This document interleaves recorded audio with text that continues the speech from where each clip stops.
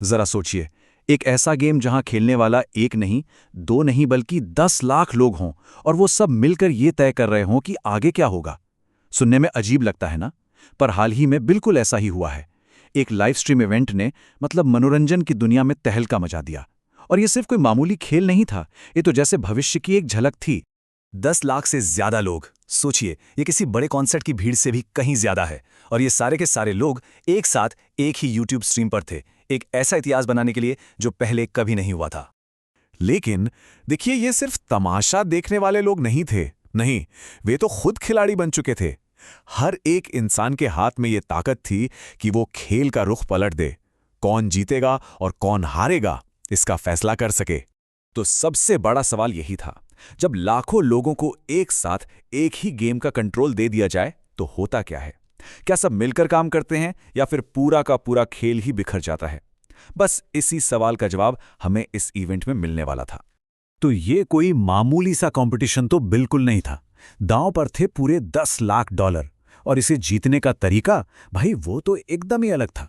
यहां खिलाड़ियों का स्किल इतना मैटर नहीं करता था जितना दर्शकों का मूड और उनकी मर्जी। अब इसके नियम भी बड़े सीधे साधे थे। 4 स्ट्रीमर्स, हर एक के पास 3 जिंदगियां, मतलब 3 हार्ट्स, और उनका हथियार एक बहुत बड़ी गुलेल। लेकिन असली ट्विस्ट तो ये था कि गुलेल से क्या चीज फेंकी जाएगी, इसका फैसला पूरी तरह से दर्शक करने वाले थे। जो भी स्ट्रीमर आखिर तक बचा रहेगा, वो अपनी कम्युनिटी के लिए 10 लाख डॉलर का इनाम घर ले जाएगा। पर यहां एक बहुत बड़ी दिक्कत आ गई। ऑर्गेनाइजर्स ने दर्शकों की ताकत का अंदाजा तो लगाया था, पर शायद ये नहीं सोचा था कि ये ताकत उनके बनाए हुए सिस्टम को ही चकनाचूर कर देगी। इवेंट के शुरू होते ही होस्ट मिस्टर बीस्ट को चिल्लाना पड़ा, पोल टूट गया। हुआ ये कि एक साथ 3 लाख लोगों ने वोट करने की कोशिश की और पूरा का पूरा सिस्टम ही बैठ गया। दर्शकों का जो जोश था वो टेक्नोलॉजी पर भारी पड़ गया था। अब जब मेन वोटिंग सिस्टम ही फेल हो गया तो ऑर्गेनाइजर्स को तुरंत कुछ सोचना पड़ा। तो उन्होंने किस्मत का सहारा लिया और गेम को आगे बढ़ाने के लिए पासे का इस्तेमाल किया। मतलब इस हंगामे की इससे बेहतर शुरुआत हो ही नहीं सकती थी। और जब वोटिंग सिस्टम ठीक होकर वापस आया, तब तो दर्शकों ने अपनी पूरी ताकत दिखा दी।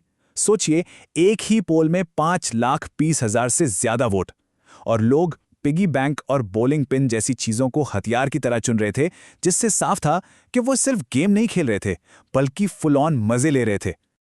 लेकिन देखिए, टेक्निकल दिक्कतों के अलावा इस इवेंट का असली मजा तो कंटेस्टेंट्स के बीच की खींचतान और दुश्मनी में था।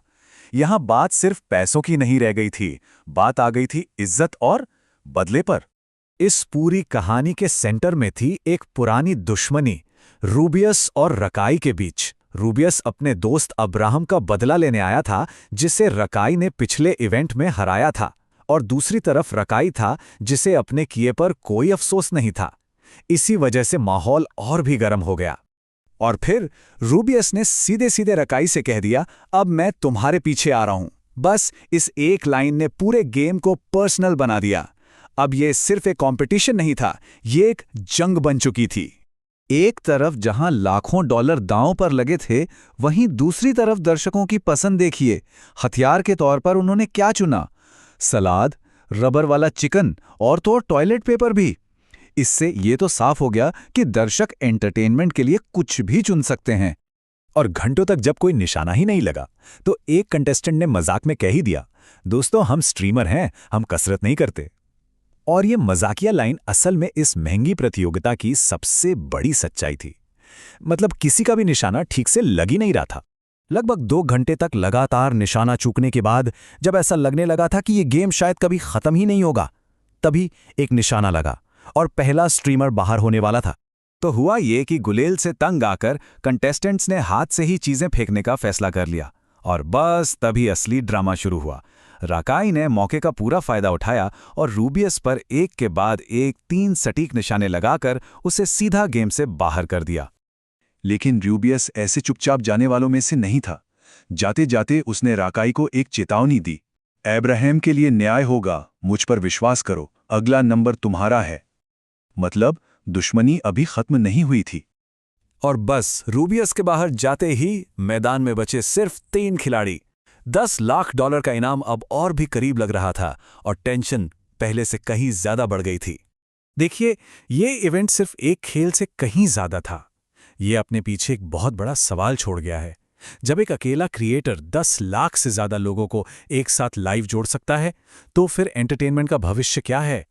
शायद भविष्य कुछ ऐसा ही है जहां दर्शक सिर्फ देखने वाले नहीं, बल्कि कहानी लिखने वाले होते हैं।